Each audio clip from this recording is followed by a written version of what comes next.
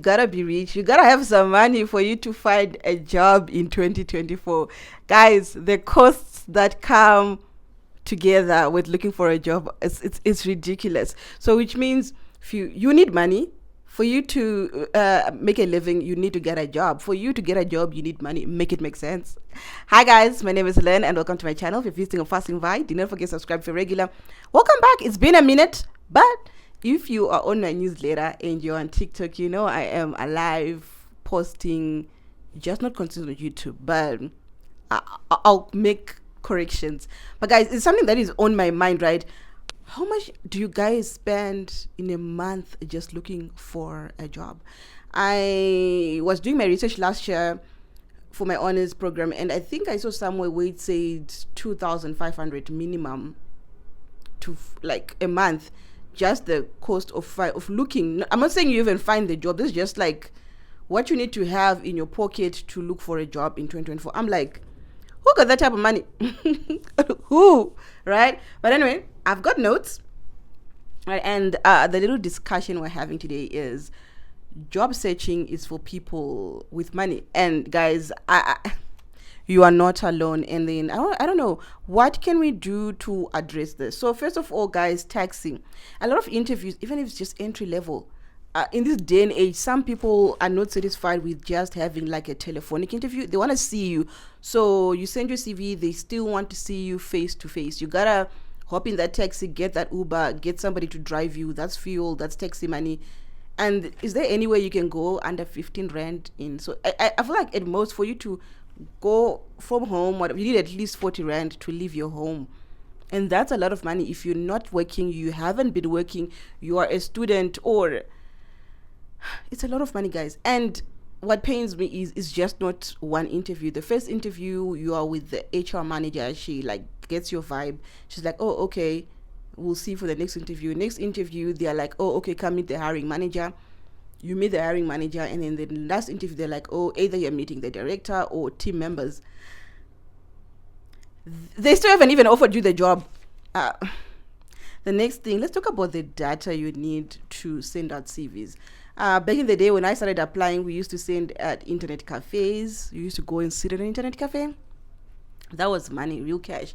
Now you gotta have data either on your phone. Now with assessments, companies now love assessments, which means you gotta bring out the big boys, right? Your laptop, you gotta have proper data to do the assessment, load it up. If the company is asking for like a video, guys, it's a whole production. The phone you're even using or whatever, it has to, it's like you already have to have made it for you to even get a job, right? Like you can't be sending a video introduction and you are looking shaky. It's unfair. So there's that. Data costs, I feel like you need to budget at least, I don't know, Rain, how much is it? A good package that is worth your money. Can you find anything under 500 rand? And where are you finding that every month if you are not employed? Let us move on to clothes. What are you guys wearing here in interview? This one I'll even start with a tip. When I was job searching, even now, right, I've got my go-to uniform. I'll say it, I'll call it a uniform. My go-to outfit for job searching, right? Like, I know unless they call me for a second interview, then I'm kind of toast, right? But every first interview I go to, I've got an outfit that I wear. I love it. I'm comfortable in it. I feel professional because number one, apart from the cost of me going to purchase an outfit each time of an interview, like I know some people that do that, but it's not necessary. It also takes the pressure off of what do I wear. I can focus on preparing for the interview, which is researching the companies, talking them on LinkedIn, practicing. Len, tell us about yourself question, right? I've got other things to focus on instead of the outfit. So I already know if I've got an interview, my first interview, I'm grabbing that, right? So I think that's something that you can think about. Then I do want to say hair is expensive to maintain, guys. I'm guessing you guys can easily get a haircut, but for the ladies, you can't go to an interview with crusty hair and braids. How much? It's a lot. So, women, ladies that have been unemployed for a minute, I would say join me in the short hair gang. You're always neat, right? Like, it's just one of those things where you get called for an interview and your braids look crusty. You can avoid that. But also, you can save your money and opt, like if you're in a job, I'm not talking about whatever, I'm in a job searching journey, you can always opt for affordable styles, such as always having how much is what's, those lines that people get for weeks, or just like plain freehand. I'm not sure what you call them in your part of the country. Those ones. Where I'm from, they charge 150. So instead of like getting braids for like 800, that will last you like 3 weeks. Let's be honest, these hairdressers, I'm not sure what they're doing. Save the money, and each time you've got an interview, you've got 100 rands to just go get your plain lines. That's an idea. I don't know, like something that I just thought of. Let's also talk about location. Where are you located? So at some point you were in school, you finished school and you went back home, and home is different for everybody, right? You can be like, you already live in an economic hub, you already live in Durban, Cape Town, Johannesburg. But if you're from the rural areas or somewhere deep in the outskirts, job searching can be a challenge, because a lot of companies will already want somebody who is living in that area. I always see people saying, oh, must be a resident of Cape Town, must be residing in this place.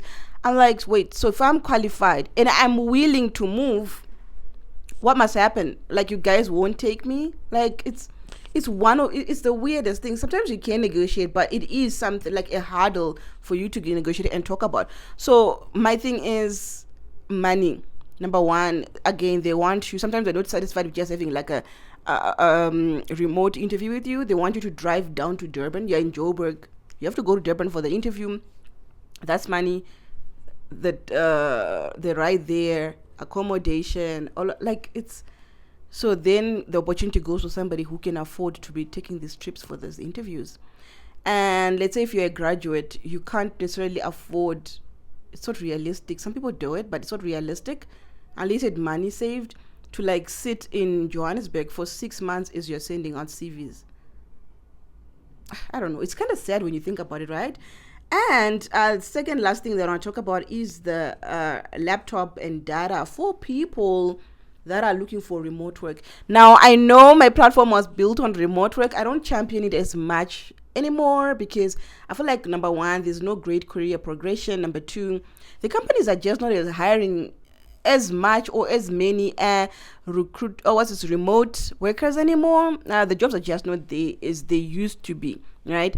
And I feel like if you are a hard worker and you want to grow, just go on site. That's just the reality. But if you want to pursue remote work, the laptop they want now, like the minimum requirements, you already have to have at minimum an Core i5 laptop, 8 gig RAM. Your data internet speed has to be so high. I'm like, wait, so at minimum I need like 10,000 rands to even apply. So it's one of those things, like, let's say you had saved some money. Do you rush and spend all your life savings on your laptop and you don't even know if you're gonna get a job? It's crazy, guys. But the last thing that I want to talk about, guys, the biggest expense that no one talks about is the money we need for self-care after the rejections. Because, baby, these companies be rejecting us. Like, it's taking 6 months plus for the average person to get a job. Now, unless you're in a industry where it's candidate driven, but if you are just like me, it'll take you a minute to get a job. So each rejection, if you're like me, you gotta get comforted by something, right? So you don't fall into depression. That costs money. That self-care costs money. So anyway, guys, the point is, stay safe.